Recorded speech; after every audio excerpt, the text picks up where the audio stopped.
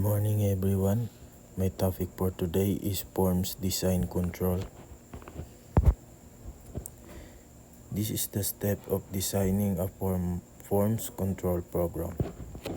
We have catalog form, classify form, analyze form, eliminate forms, consolidate form, develop design guidelines, develop form, print form, maintain perpetual supply inventory.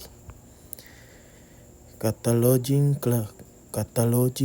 classifying, and analyzing forms. Cataloging forms. First, identifies each form's purpose, department, use, frequency, copies, routing, disposition, data, entry method, and relationships. Second, classifying forms organized by function, purpose, or by assigned number ID. And last, analyzing forms, review forms to reduce cost by eliminating, adding, or improving content before printing.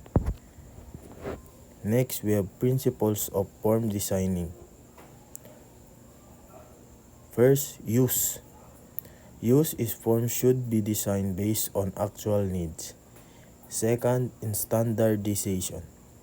It uses consistent paper quality, color, and printing method.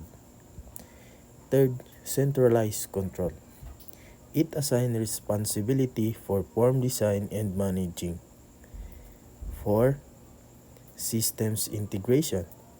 Forms must align with Office system to avoid duplication. Fifth, easy of data entry.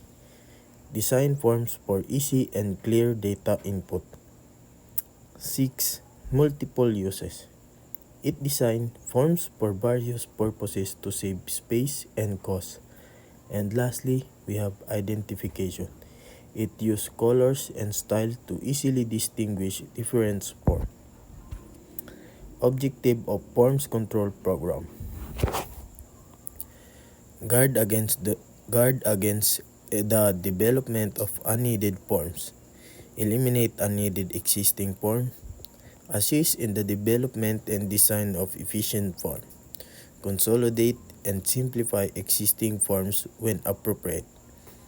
Provide a continuous review of existing forms. Facilitate the development of efficient work procedure that involve the user of forms.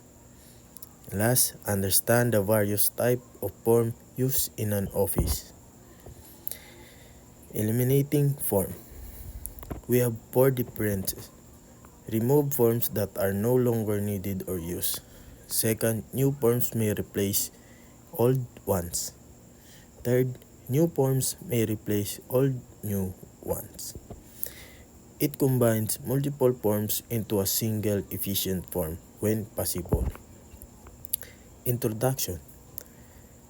Office forms play a vital role in ensuring smooth and efficient operation.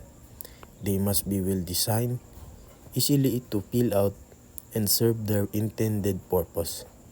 Effective form design requires careful planning and is handled by the form control officer or department. Developing design guidelines ensure uniforms and compatible across all forms. Place repeated in the same location and sequences. Use sequential number for control. Keep design simple, practical, and easy to use. Developing form has 2 differences.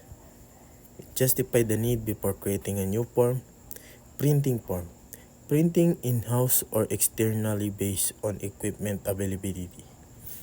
Maintaining supply. It monitoring stock and reorder when it reaches the minimum level. These are the types of forms used in office. First, we have continuous, unit set, carbonless, MICR, OCR, MarkSense, electronic. Then we have our types of continuous form. We have fun fold, rule, and removable side strip. These are the types of form. We have two types of form: software-based form and web-based form. Software-based form created by scanning paper document using OCR.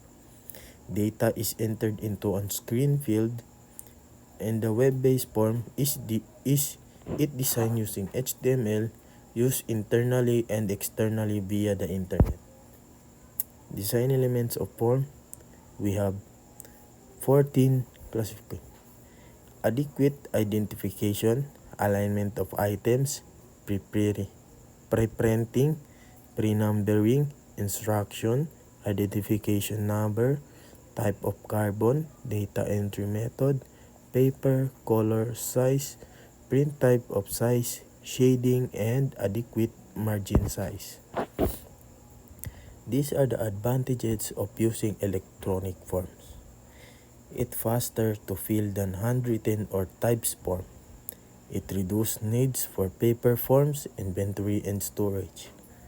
It minimizes repetitive data entry, easier data retrieval, and form updates.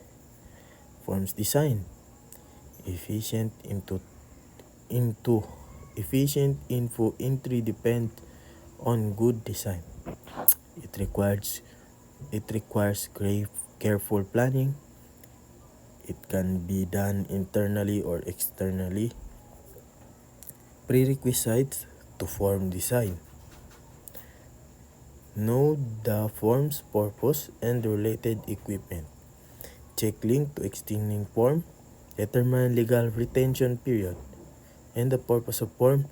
It defines required info, number of copies, and routing. Forms design software. It chooses based on hardware compatibility, scan data acceptance, and formatting feature. Professional form service offer design, production, storage, and replenishment service. Nature of equipment. There are three. Equipment may limit form size, determine if automatic feeding is possible, may require specific paper type or quality, form compatible and retention. New form must align with extending related form. Determine how long copies must be kept. Some forms have legal retention requirements. Forms should be durable enough to last as needed. Type of carbon and other design factor. These are the types of carbon. Carbon type, it depends on use frequency, number of copies, confidentially, tampering risk, data entry method, and processing equipment. Data entry method influence form, spacing, and layout handwritten versus machine filled. Paper affect durability, equipment compatibility, weight, grade, in grain. Color, use minimal color, avoid color just for appearance. Size, it keeps form as small as possibility based on data entry needed. Print type size, limit font style, ensure readability. Shading, use for emphasize. And margin, determined by data entry method. And that's all. Thank you. That's my topic for today.